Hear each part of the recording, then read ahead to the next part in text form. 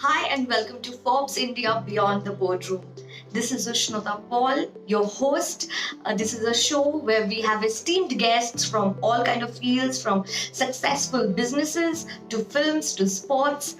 But we don't talk about their profession. We talk beyond that. How are they as people when they're not negotiating a multi-crore deal inside the boardroom or when the camera is off? We find out about their lives beyond that. In our season finale today of Forbes India Beyond the Boardroom, we have with us a guest whose career spans more than 40 years. Over the years, he has held several leading positions with Hewlett Packard, HCL, and he has even served as a chairman of NASSCOM for the year 2016 to 2017.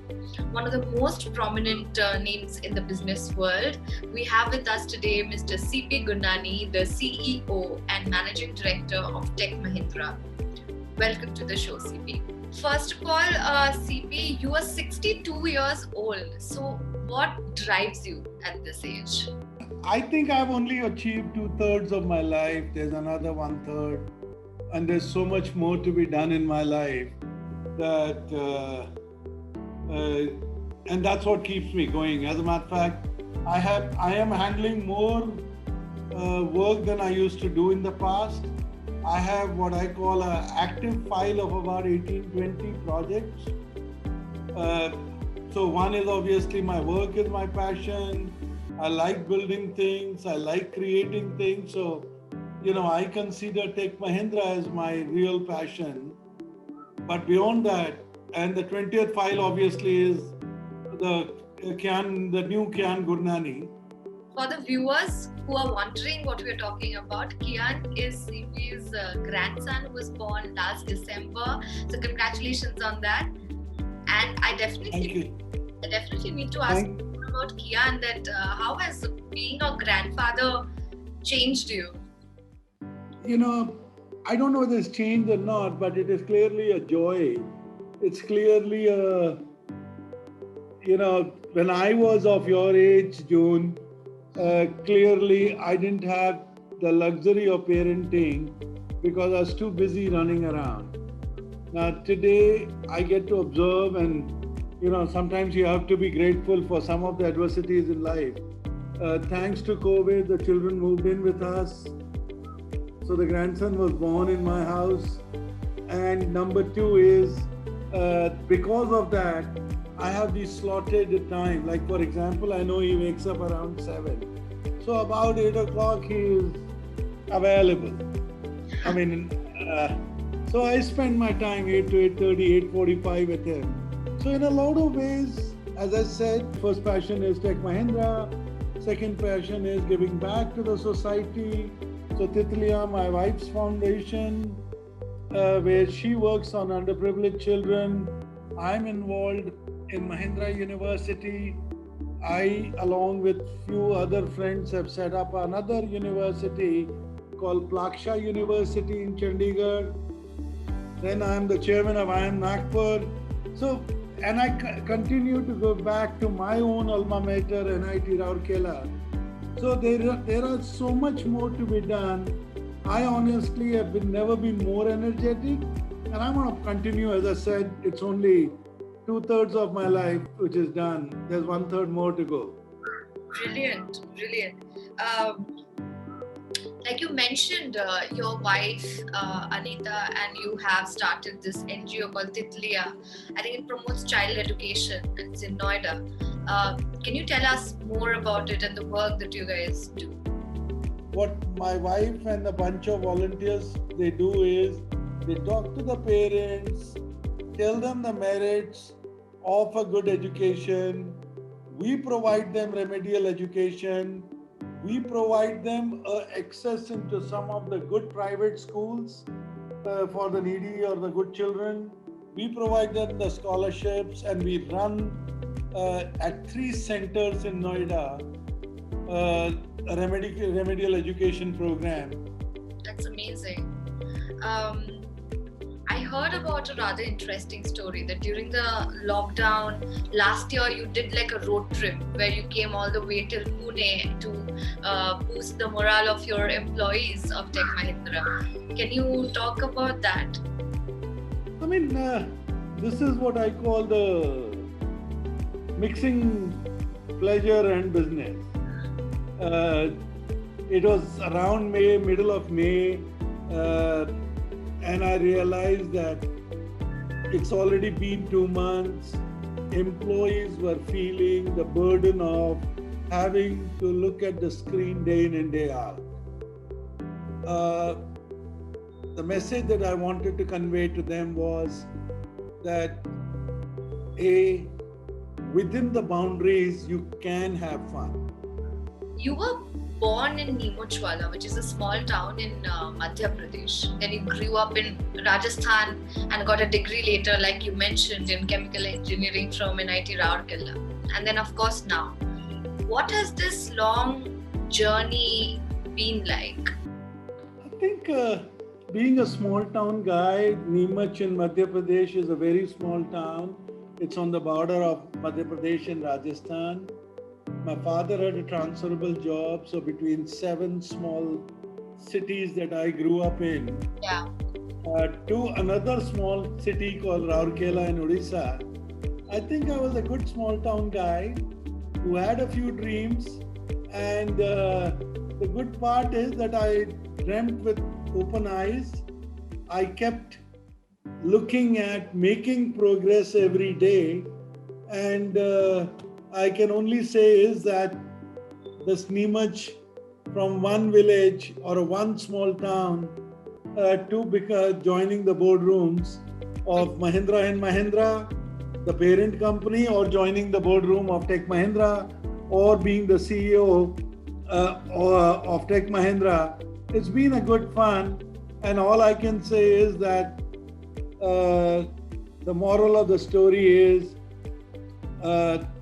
small town guys, if they dream with their eyes open, they can become CEOs of the large companies. That's a beautiful message, CP.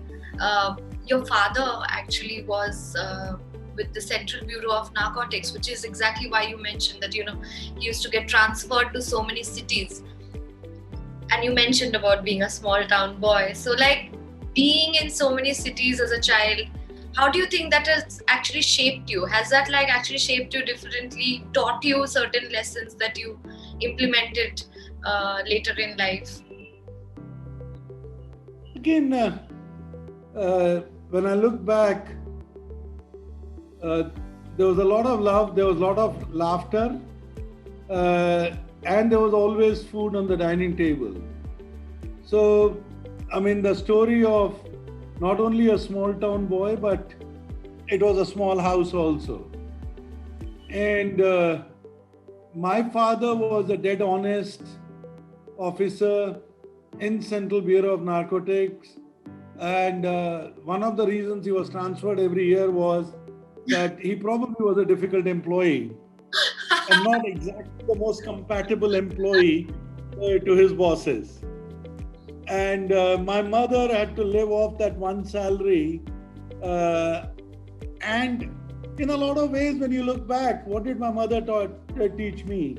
My mother taught me the art of negotiations. If she had to buy a jacket for me because the school wanted me to wear a green jacket, instead of buying a jacket like anybody else would have bought, she would buy the cloth separately and she will go to the tailor separately and negotiate with both. So obviously she saved money. The second part is that she had to do it because she was living within a budget. From my father, obviously the honesty, integrity, values, and more important is nobody owes you anything. When you go into a new town, your neighbor does not owe you anything. He was happy with somebody. Your school team does not owe you anything. They have their own team. You have to make a place there. And nobody owes you anything became a lesson of my life. If somebody says, what propels me to success? I think because I believe Nobody owes me anything. I have to try hard, and every day I have to try. Your parents sound like lovely people. I can only imagine where you have learned these lessons from. And since you mentioned about budgeting and how your mother used to live on that one budget and that one salary, I also heard that she used to stitch your trousers differently, where there was like extra length inside so that you can use that trouser for a longer period of time. Right? That I would say is that it is also called forward planning. So if anybody tells me visionary and missionary, I can tell you it was my mom. What would you say were some of your most fond memories of childhood, growing up in Nimochwala, later in Rajasthan, with your grandparents, your parents? So it's very interesting that you asked me this question. Near Neemuch, there is a place called Nimbaheda. My grandfather had an oil mill. Oil mill is a manual, where you extract oil from the peanuts. And I remember going to my grandparents. It was literally like, 30 miles from Neemuch. I remember going into my grandparents' house, and my grandfather always had this only one style of clothing, which was a white cap, a white kurta, and a white dhoti. And he would go into this oil mill where he used to like to work with his own hand. And by the time it was afternoon, it was all black.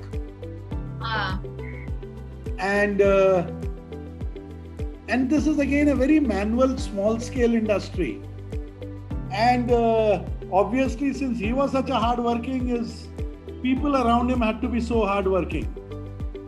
And his attrition was very high. So he was forever hiring. And again, the beautiful lesson that you learn, he would interview people for hiring. And there would be sometimes, mundane jobs. Go to the market. Nimbaheda was a very small place. You go to the market, find out if what is the cost of peanuts, because the peanuts would be coming from a village nearby to be sold by the farmer into the local market. Right. One guy would say, go mechanically find out the cost of peanut. The second guy would go and says, sir, right now it is 100 rupees a quintal. By the end of the day, it will be 90 rupees a quintal. Why? Because the farmer will be in a hurry. The third guy will come and do even more research and say, sir, if I go to the village, I can get it for 80 rupees. And transportation is only 5 rupees. He will still hire the first guy. And then I said, you asked this question to 3 people. The third one was so brilliant. He told you how to save money. He said, oh, but he's too intelligent for the job it is. So find the right guy for the right job. When so many cities as a child, and then you went to NIT Rourkela to study engineering, was that initially like a culture shock, like a melting point of like so many people? How was that engineering college life like? I can only look back and say, I probably became the man I was during that college days. That is the time I discovered that I relate very well to the people. So I joined this junior wing of Rotary more to know people called Rotrack, but then it became a purpose of my life, which became one chapter. One chapter obviously was a classroom, and one chapter was obviously doing all naughty things that you see in the Chetan Bhagat movies.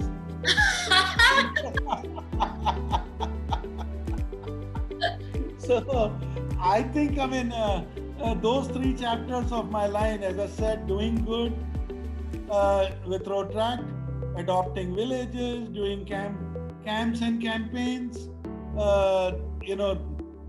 taking the raw power of the people to convert it into a reality.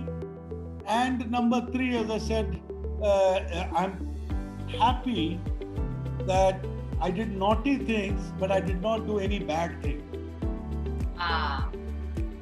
Since you mentioned Chetan Bhagat movie, I think you were talking about Three Idiots. So, do you watch Bollywood films? Do you watch movies in general? I'm a huge fan of two actresses of my time. One is Madhuri Dixit and one is Julia Roberts. So, I mean, now I haven't fallen in love again. So, off late, I'm not that regular. I enjoy watching movies. I enjoy reading. I enjoy doing outdoor activities. So, when you talk about drive, I mean, one of my better known adventures is one evening suddenly deciding to drive 500 plus kilometers ride on a bicycle, and it was a 300 rupees Atlas cycle. Wow. You know, all these fancy bikes that you see now, no, it was a 300 rupees bicycle, and 5 of us get on a cycle with practically no money in our pockets and drive 550 kilometers to go to Calcutta.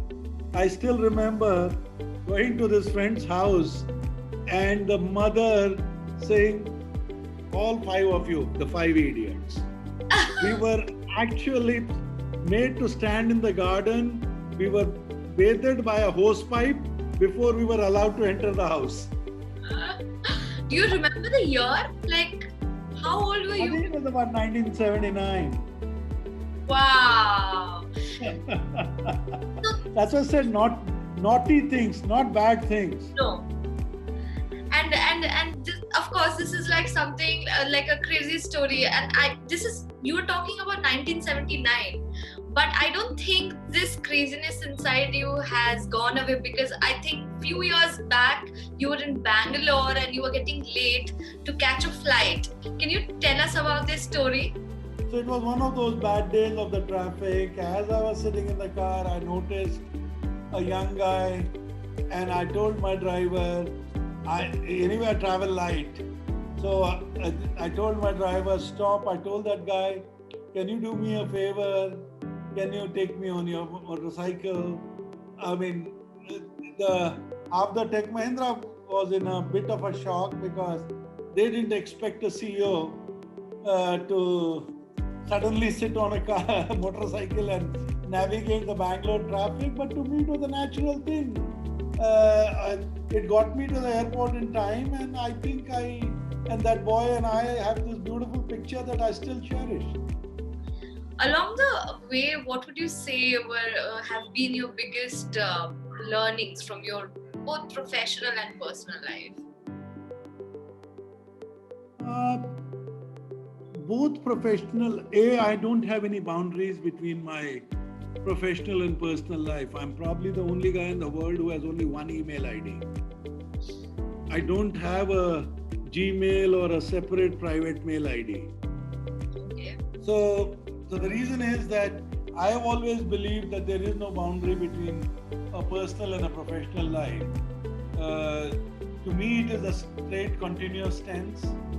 And it's worked well for me because of a simple reason: there are no secrets, or there is nothing to hide. CP, what are the kind of books that you enjoy reading now? I mean, I used to do a lot of reading. It could be fiction, it could be self-learning, it could be autobiographies, or it could be something which is purely out of history. World War II, World War I, the origin of oil. I mean, it could be anything.